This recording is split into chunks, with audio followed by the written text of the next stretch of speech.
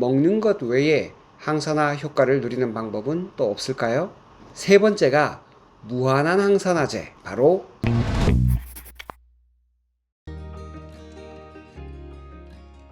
지금부터는 맨발의 의미, 도대체 맨발이 뭐라고 이렇게 맨발을 제가 강조하는지 앞으로 알아보도록 하겠습니다. 제가 어릴 때는 다 맨발로 산으로 들로 뛰어다녔습니다. 어쩌면 우리 자녀 세대에게는 이런 기억이 많이 없을지도 모릅니다. 제가 68년생이니까 제가 어릴 때인 70년대는 동네 포장된 도로가 거의 없었습니다. 동네에서는 구슬치기 하기 좋은 흙길이 전부였죠. 그때도 신발을 신고 다니긴 했는데 놀러 다닐 때는 맨발로도 많이 다녔습니다. 그러다 어느 날 마을 어귀에 널따란 신장로가 생기고 80년대가 되고 나니까 마을 구석구석에 시멘트 도로가 깔렸습니다. 그 당시 시멘트 도로는 우리 동네가 좋아졌다, 좀 잘 살게 됐다 하는 하나의 상징 같았습니다. 미국에 다녀온 사람들이 가끔 있었는데요. 미국의 도로는 전부 다 포장되어 있어서 신발에 흙 묻힐 일이 없다, 이런 말을 들었습니다.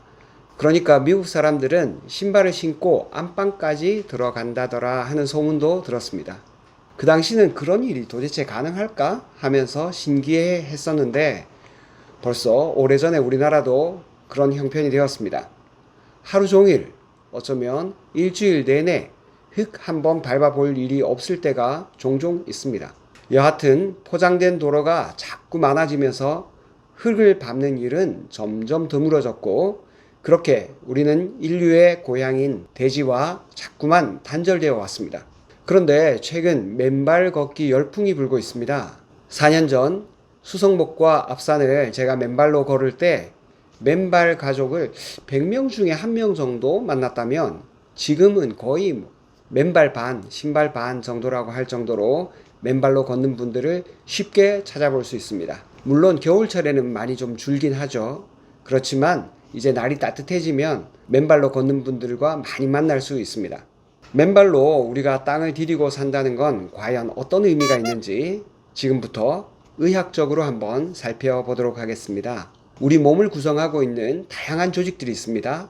그중 힘줄, 근육, 혈관, 뼈, 피부, 이런 조직들을 결체 조직이라고 합니다. 쉽게 말하면 장기나 세포 사이사이를 연결하는 조직을 말하는 거죠. 그런데 이런 조직들은 따로 떨어져 있는 게 아니라 전부 다 하나로 연결되어 있습니다. 그 연결 매개체가 바로 전자입니다. 그러니까 한마디로 얘기하면 사람의 몸은 전자가 돌아다니지 않으면 제대로 작동이 안 되는 하나의 전자기기 같은 거라는 거죠. 휴대폰은 며칠만 충전 안 하면 배터리가 닳아서 아예 못 쓰게 됩니다. 사람도 전자기기니까 충전을 하지 않으면 방전이 됩니다. 사람의 몸이 산소를 에너지로 쓰면서 불가피하게 발생하는 것이 바로 활성산소입니다. 산소가 연소하고 남은 일종의 찌꺼기 같은 것이죠. 활성산소는 정상적이라면 우리가 사용하는 산소의 약 2% 정도 발생합니다. 맨발로 지구와 만나 충전을 하는 것이 일상이었던 우리 조상은 이 정도의 활성산소는 우리 몸속에 있는 효소의 도움을 받아서 잘 제거할 수 있었습니다. 그러면 큰 문제가 되지 않습니다. 그러나 매연과 오염된 공기, 각종 화학 성분이 가득한 음식들과 다양한 스트레스로 인해 활성산소가 비정상적으로 많은 현대 환경에서는 분명히 문제가 됩니다. 활성산소가 넘쳐나는 환경에서 충전을 위한 특단의 조치 없이 우리 몸을 계속 사용한다면 만성염증과 DNA의 변형까지 생깁니다. 사람이 충전하는 방법에는 어떤 것이 있을까요? 네, 물론 잠을 자는 것도 좋은 충전 방법입니다. 그러나 잠 말고도 또 다른 충전 방법이 있습니다. 그것이 바로 사람이 맨발로 지구와 만나는 것이죠. 맨살이 맨 땅과 만나는 것, 이것이 또 다른 충전 방법입니다. 사람은 신발을 신고 다니면서 지구와 직접적인 접촉에서 멀어지기 시작했습니다. 신발은 발전할수록 완전한 부도체로 작용합니다. 맨발로 흙과 만나면서 늘 충전을 하던 삶에서 점차 충전을 하지 못하는 삶으로 바뀌어간 것이죠. 옛날에 우리 조상들은 논을 매거나 들판에서 일을 하면서 수시로 땅의 전기 에너지를 받고 살 수 있었습니다. 그렇지만 지금 우리가 신고 있는 신발들은 다 완전한 부도체이기 때문에 신발을 신으면 땅과 완전히 분리된 삶을 살게 되는 셈입니다. 그러니 배터리가 방전되는 것처럼 현대인들이 방전된 상태가 바로 만성피로입니다. 현대인의 만성피로는 어쩌면 충전을 하지 못한 당연한 결과일지도 모릅니다. 제 SNS에 누군가 신발 때문에 지구와 멀어지게 된 것을 이렇게 누군가가 표현하셨습니다. 신이 아담에게 옷은 만들어 주었지만 신발은 만들어 준 일이 없다. 자, 어쩔 수 없이 발생하는 활성산소에 관한 이야기입니다. 사람의 몸에서는 에너지를 만들 때 부산물로 계속 활성산소가 발생합니다. 활성산소라는 것은 우리 몸에서 산소를 사용하여 에너지를 만드는 과정에서 생기는 것으로 전자쌍을 이루지 못해서 불안정해지는 산소들을 말합니다. 전체 산소 소비량의 약 2% 정도가 늘 활성산소로 바뀝니다. 불안정한 활성산소는 반응성이 강해서 연쇄적으로 세포 안에 들어있는 다른 단백질, 지질, 핵산 이런 것들을 산화시킵니다. 그 결과 세포의 노화, 사멸을 촉진하여 만성질환을 일으키기도 합니다. 암, 파킨슨병, 치매와 같은 치명적인 질환뿐만 아니라 흔히 볼 수 있는 고지혈증, 당뇨, 비만과 같은 대사성 질환을 일으키기도 합니다. 활성산소는 한마디로 산소의 찌꺼기 같은 것이죠. 활성산소가 일으키는 염증 때문에 조직이 붓거나 다양한 만성 통증을 일으키기도 합니다. 활성산소는 인간이 살아가면서 산소를 이용하여 에너지를 만드는 과정에서 불가피하게 생길 수밖에 없는 것입니다. 만일 산소를 이용하지 않았다면 인간은 지금과 같은 진화된 모습을 갖출 수 없었을 것입니다.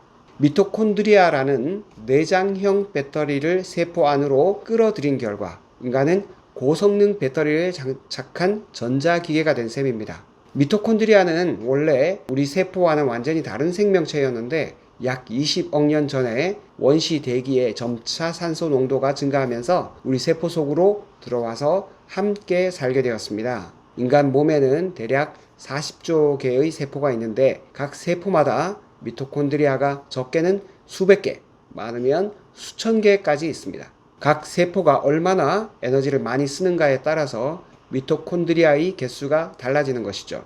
세포 안에는 필수 유전 정보를 가지고 있는 유전자가 담긴 세포핵 하나와 수백, 수천 개의 미토콘드리아가 있습니다. 인체에서 물을 제외하고 건조 중량을 계산해 보면 미토콘드리아의 중량이 절반이 넘습니다. 그러니까 인체의 주인공은 어쩌면 내장형 배터리인 미토콘드리아일지도 모릅니다. 어쨌든 인류가 지금의 효율적인 몸을 가지게 된 데는 산소의 영향이 무척이나 컸습니다. 그리고 그 산소를 이용하여 에너지를 만드는 미토콘드리아가 매우 중요한 역할을 한 것도 사실입니다. 자, 그러면 활성산소가 모두 나쁘기만 한 걸까요? 위에서 언급한 것처럼 산소를 에너지로 사용하는 중에 발생한 찌꺼기인 활성산소가 과도하게 쌓이면 노화와 질병을 일으킵니다. 에너지를 만드는 과정에서 만들어진 이 적당한 양의 활성산소는 세포 내에서 효소의 활성을 조절하고 호르몬을 만들고 세포의 성장, 분화를 돕습니다. 또한 적당한 활성산소는 수명이 다한 세포들을 정리하고 외부 침입자들을 또 공격하는 중요한 역할도 합니다. 활성산소는 농도에 따라서 세포 내의 환경을 잘 조절할 수도 있고 세포 내의 환경을 엉망으로 만들 수도 있습니다. 적당한 농도에서는 문제가 있는 세포들이 자연스럽게 사라지도록 만듭니다. 이런 상황을 세포 자연사라고 합니다. 세포가 자연적으로 수명을 다하고 죽어가는 것을 말하는 거죠. 그러나 활성산소의 농도가 더 높아지면 괴사가 일어납니다. 이것은 세포가 파괴적인 죽음을 맞는다는 뜻입니다.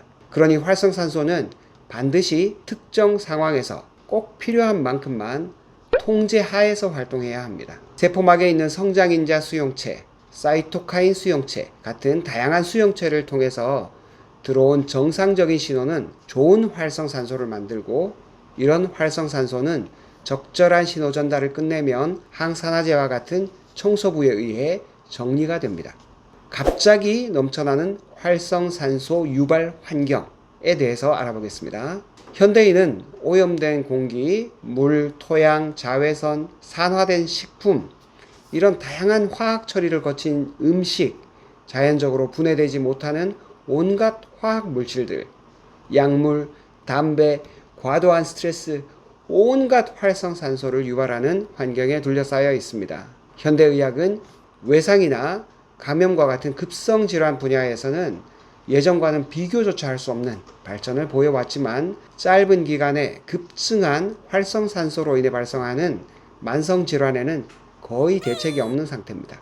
최근 의학계는 노화도 과도한 활성산소의 영향으로 이해하는 경향이 있습니다.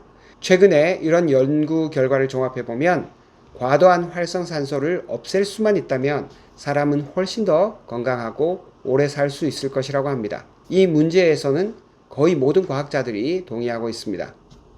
이제 활성산소를 중화시키는 항산화제에 대해서 알아보도록 하겠습니다. 이렇게 살면서 발생하는 과도한 활성산소를 해결하는 방법에는 어떤 것이 있을까요?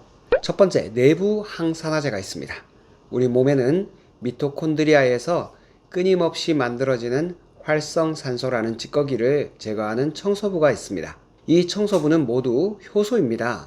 카탈라제, SOD, 이런 다양한 효소가 있어서 미토콘드리아에서 끊임없이 만들어내는 활성산소들을 우리가 다 중화시키고 있습니다. 두 번째는 외부 항산화제가 있습니다. 항산화제를 음식이나 영양제로 섭취하는 것도 한 가지 방법이 됩니다. 비타민 C, 비타민 E, 아연, 셀레늄, 이런 항산화 효과가 있는 음식을 섭취하는 것도 참 좋은 방법입니다. 그러나 토양의 산성화와 또 식물을 기르기 위해서 사용하는 다양한 화학 제품들로 인해서 식물 안에 포함된 비타민과 미네랄이 40년 전에 비해서 거의 10분의 1 수준으로 줄어들었습니다. 이렇게 환경 오염이 진행된 현대사회에서는 항산화 음식을 충분히 섭취하기가 어렵습니다. 그래서 영양제로 보충할 수도 있는 것이죠. 그런데 그렇게 먹는 것 외에 항산화 효과를 누리는 방법은 또 없을까요? 세 번째가 무한한 항산화제, 바로 지구입니다. 반드시 먹어서 항산화제 효과를 볼 수 있는 것은 아니죠. 우리가 신발을 벗고 맨발로 땅과 만날 때 우리는 또 하나의 무한한 항산화제를 만나는 것입니다.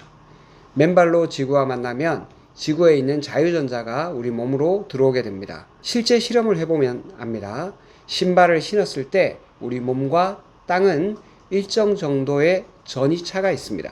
그런데 땅과 우리가 맨발로 만나는 순간 이 전이차가 사라집니다. 신발을 신으면 전이차가 생기던 것이 맨발로 땅과 만나면 사라지는 것은 땅에 있는 자유전자들이 몸으로 흡수되면서 전자쌍을 이루지 못하던 활성산소들을 전기적으로 중화시킨다는 의미입니다. 불안정하던 활성산소들이 안정적으로 전자쌍을 이루면서 염증을 완화하고 유전자를 보호하는 것입니다. 그동안 늘 무시당했던 발이 사실은 인체라는 전자기계의 충전 단자였던 셈이죠. 한마디로 얘기하면 맨발로 지구와 접속하는 것, 이것은 인체라는 전자기계를 충전하는 것과 마찬가지입니다. 이 상태를 접지라고 부릅니다. 영어로는 어싱이라고도 하고 그라운딩이라고도 표현하는데 이 모든 것이 다 같은 의미입니다.